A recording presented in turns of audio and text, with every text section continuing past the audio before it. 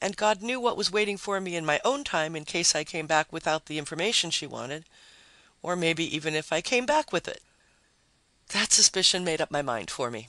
Whatever happened to me now couldn't be worse than what she might do. At least I didn't have to starve.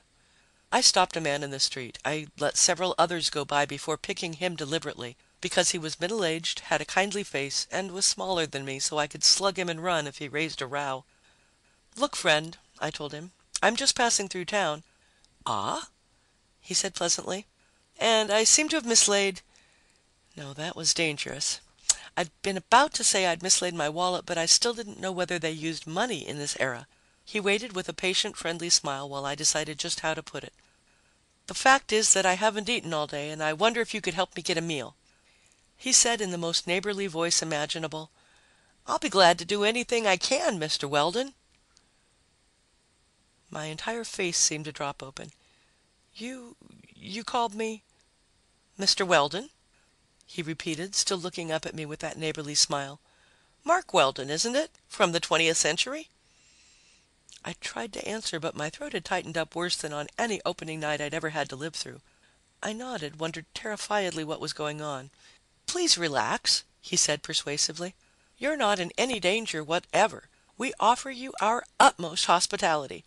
Our time, you might say, is your time." "You know who I am?" I managed to get out through my constricted glottis.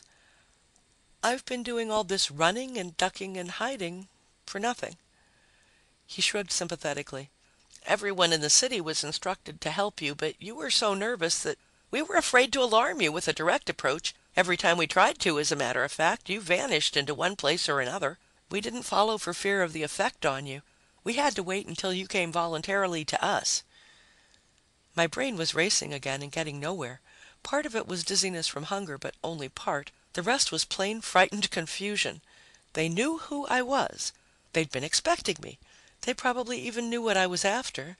And they wanted to help. "Let's not go into explanations now," he said, "although I'd like to smooth away the bewilderment and fear on your face. But you need to be fed first. Then we'll call in the others and—" I pulled back. "What others? How do I know you're not setting up something for me that I'll wish I hadn't gotten into?" "Before you approached me, Mr. Weldon, you first had to decide that we represented no greater menace than May Roberts. Please believe me, we don't." So he knew about that, too. "All right, I'll take my chances," I gave in resignedly. Where does a guy find a place to eat in this city? It was a handsome restaurant with soft light coming from three-dimensional, full-color nature murals that I might mistakenly have walked into if I'd been alone. They looked so much like gardens and forests and plains. It was no wonder I couldn't find a restaurant or food store or truck garden anywhere. Food came up through pneumatic chutes in each building, I'd been told on the way over, grown in hydroponic tanks in cities that specialized in agriculture. And those who wanted to eat out could drop into the restaurant each building had. Each city had its own function. This one was for people in the arts. I liked that. There was a glowing menu on the table with buttons alongside the various selections. I looked starvingly at the items, trying to decide which I wanted most. I picked oysters, onion soup, breast of guinea hen under plexiglass, and was hunting for the tastiest and most recognizable dessert when the pleasant little guy shook his head regretfully and emphatically. "I'm afraid you can't eat any of those foods, Mr. Weldon," he said in a sad voice. "We'll explain why in a moment." A waiter and the manager came over. They obviously didn't want to stare at me, but they couldn't help it. I couldn't blame them. I'd have stared at somebody from George Washington's time, which is about what I must have represented to them. "Will you please arrange to have the special food for Mr. Weldon delivered here immediately?" the little guy asked. "Every restaurant has been standing by for this, Mr. Carr," said the manager. "It's on its way. Prepared, of course. It's been ready since he first arrived." "Fine," said the little guy, Carr. "It can't be too soon. He's very hungry." I glanced around and noticed for the first time that there was nobody else in the restaurant. It was past the dinner hour, but even so, there are always late diners. We had the place all to ourselves, and it bothered me. They could have ganged up on me, but they didn't. A light gong sounded, and the waiter and manager hurried over to a slot of a door and brought out a couple of trays loaded with covered dishes. "Your dinner, Mr. Weldon," the manager said, putting the plates in front of me and removing the lids. I stared down at the food. "This," I told them angrily, "is a hell of a trick to play on a starving man." They all looked unhappily. Mashed dehydrated potatoes, canned meat, and canned vegetables, Carr replied. Not very appetizing, I know, but I'm afraid it's all we can allow you to eat. I took the cover off the dessert dish. Dried fruits? I said in disgust. Rather excessively dried, I'm sorry to say, the manager agreed mournfully. I sipped the blue stuff in a glass and almost spat it out. Powdered milk? Are these things what you people have to live on? No. Our diet is quite varied, Carr said in embarrassment, but we unfortunately can't give you any of the foods we normally eat ourselves. And why in blazes not? Please eat, Mr. Weldon, Carr begged with frantic earnestness. There's so much to explain. This is part of it, of course, and it would be best if you heard it on a full stomach. I was famished enough to get the stuff down, which wasn't easy. Uninviting as it looked, it tasted still worse.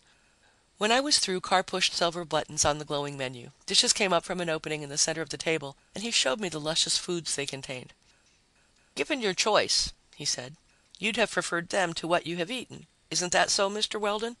You bet I would, I answered, sore because I hadn't been given that choice. And you would have died like the pathetic old people you were investigating, said a voice behind me. I turned around, startled. Several men and women had come in while I'd been eating, their footsteps as silent as cats on a rug. I looked blankly from them to Carr and back again. These are the clothes we ordinarily wear, Carr said. An 18th century motif, as you can see. Updated knee breeches and shirtwaists, a modified stock for the men, the daring low bodices of that era, the full skirts treated in a modern way by using sheer materials for the women, bright colors and sheens, buckled shoes of spun synthetics. Very gay, very ornamental, very comfortable, and thoroughly suitable to our time. But everyone I saw was dressed like me, I protested. Only to keep you from feeling more conspicuous and anxious than you already were. It was quite a project, I can tell you. Your styles varied so greatly from decade to decade, especially those for women, and the materials were a genuine problem. They'd gone out of existence long ago. We had the textile and tailoring cities working a full 6 months to clothe the inhabitants of this city, including, of course, the children. Everybody had to be clad as your contemporaries were, because we knew only that you would arrive in its vicinity, not where you might wander through the city. There was one small difference you didn't notice, added a handsome, mature woman. You were the only man in a gray suit. We had a full description of what you were wearing, you see, and we made sure nobody else was dressed that way. Naturally, everybody knew who you were, and so we were kept informed of your movements. What for? I demanded in alarm. What's this all about? Pulling up chairs, they sat down, looking to me like a witchcraft jury from some old painting. I'm Leo Blundell, said a tall man in plum and gold clothes. As chairman of the Mark Weldon Committee, it's my responsibility to handle this project correctly. Project? To make certain that history is fulfilled, I have to tell you as much as you must know. I wish somebody would. Very well. Let me begin by telling you much of what you undoubtedly know already. In a sense, you are more a victim of Dr. Anthony Roberts than his daughter. Roberts was a brilliant physicist, but because of his eccentric behavior, he was ridiculed for his theories and hated for his arrogance. He was an almost perfect example of self-defeat, the way in which a man will hamper his career and wreck his happiness, and then blame the world for his failure and misery.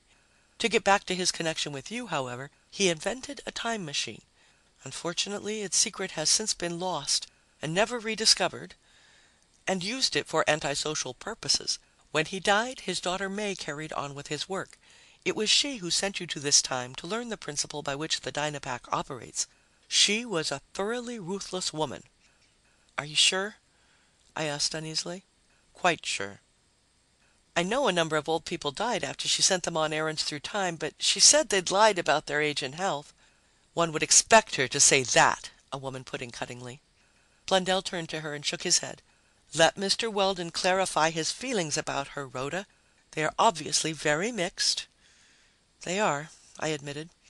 She seemed hard the first time I saw her when I answered her ad, but she could have just been acting businesslike. I mean, she had a lot of people to pick from, and she had to be impersonal and make certain she had the right one.